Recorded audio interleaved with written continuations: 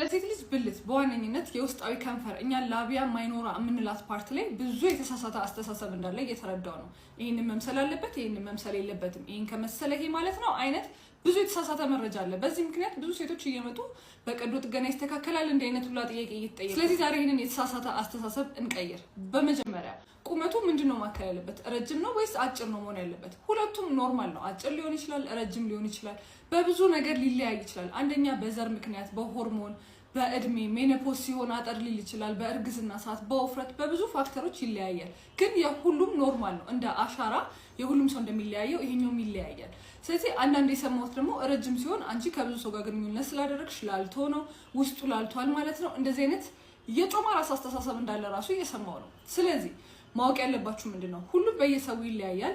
አጭር ሊሆን ይችላል፣ ረጅም ሊሆን ይችላል፣ አንዱ አጥሮ አንዱ ሊረዝም ይችላል፣ ሁሉ ጊዜ እኩል ላይሆን ይችላል። ሁለቱም ኖርማል ነው። ሌላ ደግሞ ከለሩ ምንድነው መምሰል ያለበት? ጥቁር ነው ፒንክ ነው ኖርማል፣ ጥቁር ያንቺ የሀበሻ አሙሙ ምናምን እያላችሁ እንትን የምትሉት ከለር በየሰው ይለያያል። የፈረንጆቹም ሊጠቁር ይችላል፣ የኛ ሊቀላ ይችላል፣ የኛ ጠቁሮ it doesn't matter። በየሰው ይለያያል። everything is normal። ሁሉም ኢንዲቪጁዋላይዝድ ነው። ስለዚህ እንደዚህ እያላችሁ ሴትን የምታሳቅቁ ወንዶች ካላችሁ አስተሳሰባችሁን በማስተካከል ማለት ነው ሴትን አታሳቁ። ሴቶች ደግሞ የኔ ኖርማል አይደለም ብላችሁ የምታስቡ ከሆነ ኤቭሪቲንግ ኢዝ ኖርማል። ሊያሳስባችሁ የሚገባው እዛ አካባቢ ማሳከክ ካለ፣ ቁስል ካለ፣ አዲስ እድገት ካለ በዛ ሰዓት ብቻ ነው እንጂ ሕክምና የሚያስፈልገው። ከዛ ውጪ የራሳችሁ ሰውነት ነው መውደድ አለባችሁ። ምንም አይነት ኢሹ የለውም። ይሄ ቪዲዮ ሁሉም ሴት ጋር ቢደርስ ደስ ይለኛል።